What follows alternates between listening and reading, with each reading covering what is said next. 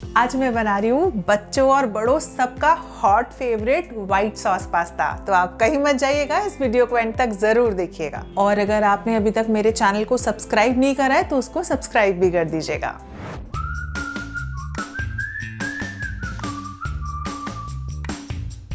स्वागत है आपका मेरी किचन में, जहाँ खाना प्यार से बनता है। और मैं हूँ आपकी दोस्त रूपम सेतिया। मेरे लिए पास्ता की डेफिनेशन बदली उस दिन जब मैंने अपने चाचा के हाथ का पास्ता खाया था।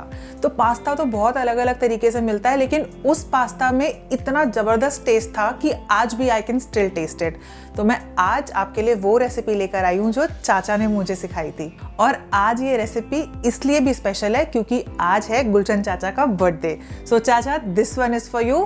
Thank you for teaching me this amazing recipe. और आज आपकी रेसिपी बाकी सब भी खाने वाले हैं। तो देर किस बात की है, आइए शुरू करते हैं और बनाते हैं अमेजिंग सा व्हाइट सॉस पास्ता। पास्ता बनाने के लिए सबसे पहले हम पास्ता को बॉईल करेंगे, जिसके लिए मैंने यहाँ पे पानी गर्म कर लिया है। और इस पानी में डाल रही हूँ मैं थोड़ा सा ऑयल। ऑयल इसलिए ताकि पास्ता आपस में चिपके नहीं। इसी के साथ मैं डालूंगी इसके अंदर नमक। तो मैं डाल रही हूँ इसके अंदर आधा चम्मच नमक। और नमक हम इसमें इसलिए डाल रहे हैं कि पास्ता हमारा ब्लैंड टेस्ट ना करे। थोड़ा सा नमक होगा तो वो अच्छा टेस्ट करेगा। पानी बॉईल हो चुका है और अब डाल रही हूँ मैं इसके अंदर पास्ता। तो ये रॉ पास्ता है जो हमें नॉर्मली मार्केट में मिलता है, और मैंने यहाँ पे लिया है ये ऑलमोस्ट 200 ग्राम पास्ता। मैं इस पास्ता को बीच बीच में चला रही हूँ। और इस पास्ता को हम ओवर कुक नहीं करेंगे, हम इसे ऑलमोस्ट 80% कुक करेंगे, क्योंकि अभी जब ये सॉस में भी जाएगा तो उसके बाद उसमें भी कुक होगा। तो यूजुअली क्या होता है, अगर आप ओवर कुक कर दोगे पास्ता को, ज़्यादा गला दोगे तो वो टूट जाता है। इस पास्ता को कुक होते हुए ऑलमोस्ट 7 से 8 मिनट हो चुके हैं और मैं गैस का फ्लेम बंद कर रही हूँ। मैं आपको दिखाती हूँ कि इसे किस स्टेज पे लाके हम गैस का फ्लेम बंद करेंगे। तो ये देखिए, तो ये एक पास्ता का पीस मैंने इसमें से निकाला है। मैं इसे एक स्पून की हेल्प से कट करूँगी। तो ये पूरा सॉफ्ट नहीं होना चाहिए, एकदम नहीं कटना चाहिए, थोड़ा सा प्रेशर लगना चाहिए इसे काटने में। इसके सेंटर में आपको एक ऐसा वाइट सा रिंग दिखेगा, विच शोज कि ये पूरा कुक नहीं हुआ है, इसमें थोड़ी सी अभी कसर बाकी है। इसी स्टेज पे हम इसको बंद कर देंगे। तो गैस का फ्लेम बंद है। अब मैं फटाफट से इस पानी को ड्रेन कर दूंगी और इसके ऊपर ठंडा पानी डाल दूंगी। अब इस स्ट्रेनर पे मैं इस पूरे पानी को ड्रेन कर लूंगी।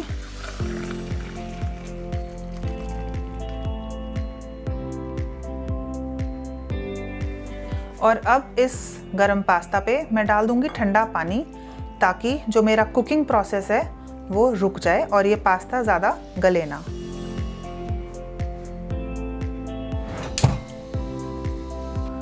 नेक्स्ट मूव करते हैं अपनी वेजिटेबल्स की तरफ। तो यहाँ कढ़ाई में डाल रही हूँ मैं थोड़ा सा बटर। ये बटर जले नहीं, इसलिए मैं डाल दूंगी इसके अंदर थोड़ा सा ऑयल, बस बहुत थोड़ा सा। बटर मेल्ट हो रहा है। मैं साथ में डाल रही हूँ इसके अंदर गार्लिक, जिसे मैंने बहुत बारीक बारीक काट लिया था। तो ये लहसुन को भी हम इसके अंदर भून लेते हैं। लहसुन का इसमें बहुत अच्छा फ्लेवर आता है, तो अगर आप लहसुन खाते हैं तो आप इसको स्किप ना करना। तो अभी मेरी गैस की फ्लेम फुल पे है, इसे ओवर कुक नहीं करना। अभी मैं डाल रही हूँ इसके अंदर लंबे कटे हुए प्याज। तो ये मेरे पास आधा प्याज है जिसे मैं डाल रही हूँ। और तकरीबन मैंने 6 से 7 मशरूम्स लिए हैं, जिन्हें मैंने पतला पतला काट लिया था। अब हम इसे भी इसके साथ गार्लिक के साथ पका लेते हैं। मैं गैस की फ्लेम को थोड़ा सा कम कर रही हूँ कि सब्जियां जले ना, और इनको थोड़ी देर और सौते करेंगे।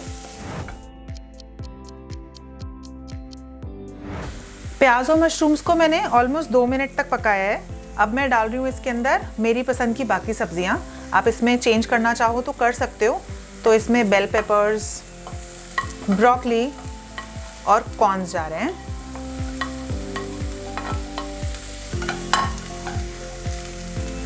मुझे इसका क्रंचीनेस रखना है, तो मैं अगेन इसे ओवर कुक नहीं करूंगी, बस 1 से 2 मिनट के लिए मैं इसे इसमें सौते करूंगी।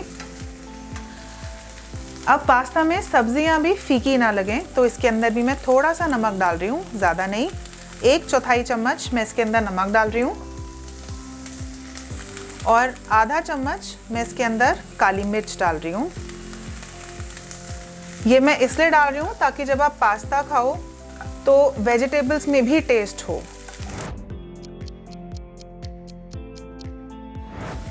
दो मिनट हो चुके हैं, मैं गैस की फ्लेम को ऑफ कर रही हूँ। और आप ये देखिए सब्जियों को मैंने ज़्यादा गलाया नहीं है, बिल्कुल खड़ी खड़ी क्रंची सब्जियां हैं ये सारी।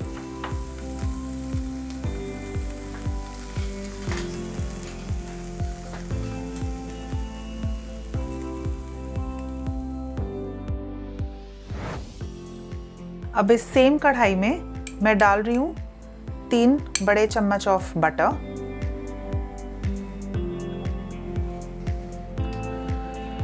इसी के साथ मैं इसके अंदर डालूंगी 2 बड़े चम्मच मैदा। मैंने यहाँ पे 3 चम्मच बटर पर डाला है, 2 चम्मच मैदा। तो आप मैदे की क्वांटिटी हमेशा बटर से थोड़ी सी कम रखिएगा तो आपकी सॉस बहुत अच्छी बनेगी। और इसे हम अच्छे से मिला लेंगे। तो इस मैदे को मैं इस बटर के अंदर भूनूंगी और मैं इसे बिल्कुल सिम पे ही भूनूंगी। मुझे इस मैदे को भूनना है लेकिन मेरे को इसका कलर चेंज नहीं करना है, तो इसे बिल्कुल सिम पे ही भूनेंगे।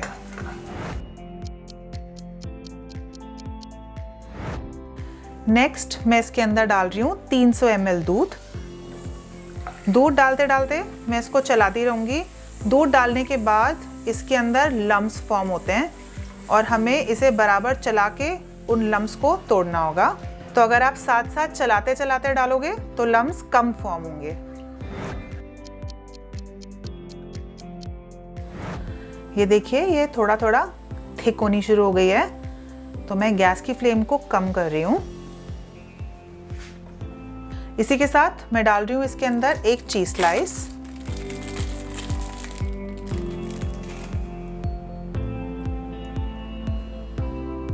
आप कोई भी चीज़ डाल सकते हो, पर चीज स्लाइस का इसके अंदर बहुत अच्छा फ्लेवर आता है। इसके अंदर अब मैं डाल रही हूँ 1/4 चम्मच काली मिर्च पाउडर। 1 चम्मच मैं डाल रही हूँ इसके अंदर मिक्स्ड हर्ब्स।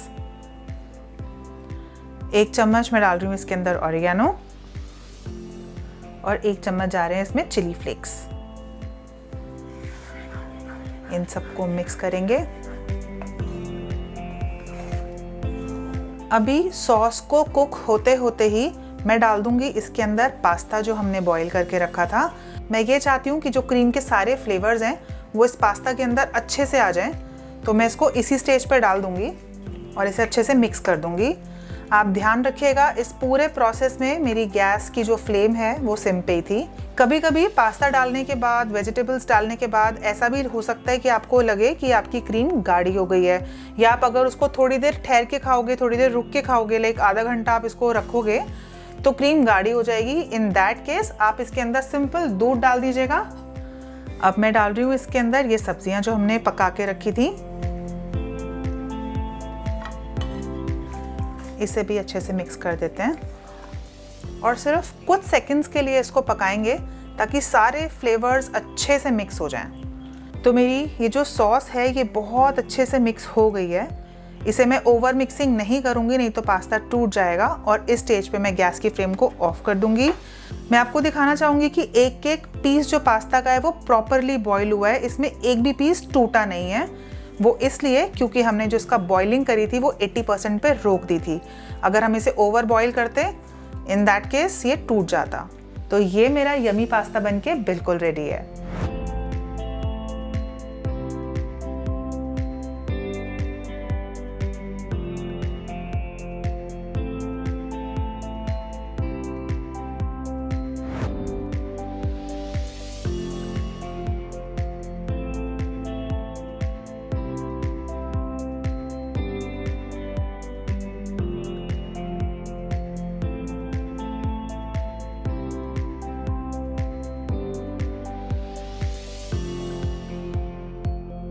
आई होप आपको ये मेरी सुपर सिंपल रेसिपी अच्छी लगी होगी और आप इसे ज़रूर ट्राई करोगे।